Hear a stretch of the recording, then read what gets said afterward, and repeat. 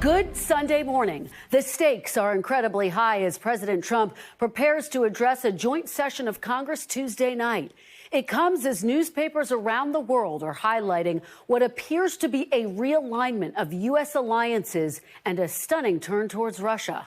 On Friday, in a heated confrontation in the Oval Office, President Trump and Vice President Vance berated President Zelenskyy in an explosive and unprecedented televised showdown. Now, U.S. officials say the path to a peace deal to end the war in Ukraine is deeply uncertain and wholly dependent on the Ukrainian leader's next steps. Since the clash, Trump administration officials have also discussed whether to pause U.S. military aid to Ukraine, according to two administration officials, though it's unclear whether or when the president would take such a step.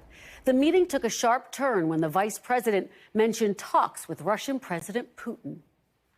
The path to peace and the path to prosperity is maybe engaging in diplomacy. He broke this ceasefire. He killed our people, and he didn't exchange prisoners. We signed the exchange of prisoners, but he didn't do it. What kind of diplomacy, JD, you are speaking about? What do you mean? I'm talking about the kind of diplomacy that's going to end the destruction of your country. Yes, but if you Mr. President, with respect, I think it's disrespectful for you to come into the Oval Office and try to litigate this in front of the American media. The meeting then descended into a shouting match. During the war, everybody has problems, even you, but you have nice ocean and don't feel now, but you will feel it in the future. God bless. You don't know that. God bless. God bless. You will not have a war. Don't tell us what we're going to feel. We're trying to solve a problem. Don't tell us what we're going to feel. I'm not telling you. Because you're in no position to dictate that. That's Remember exactly this. You're in no position to dictate what we're going to feel.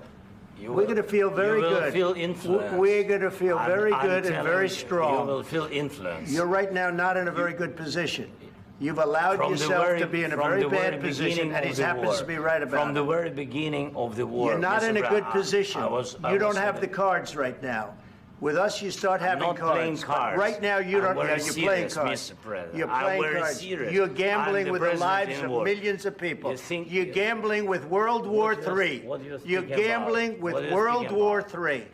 And what you're doing is very disrespectful to the country, this country. That's back to you, far more than a lot of people said they should have. Have you said thank you once this entire meeting? No, in this entire meeting, have you said thank you? Ukraine's ambassador to the U.S. at one point hid her face in her hands. A White House official tells NBC News that following the confrontation, President Zelenskyy was asked to leave the White House. A planned joint news conference abruptly canceled. A minerals deal that was completed left unsigned. President Trump posting on social media he disrespected the United States of America in its cherished Oval Office. He can come back when he is ready for peace. The confrontation comes just days after the U.S. sided with Russia over Europe at the United Nations, opposing a resolution condemning Russian aggression on the third anniversary of its invasion of Ukraine. The Oval Office showdown was cheered in Russia. Putin ally Dmitry Medvedev writing, quote, "The insolent pig finally got a proper slapdown in the Oval Office." As U.S. military support for Ukraine hangs in the balance, President Zelenskyy weighed in on Fox News. So I'm not hearing from you, Mr. President, a thought that you owe the president an apology. No, I respect the president and I respect American people. And if, I don't know, if I think that we have to be very open and very honest. And I'm not sure that we did something bad.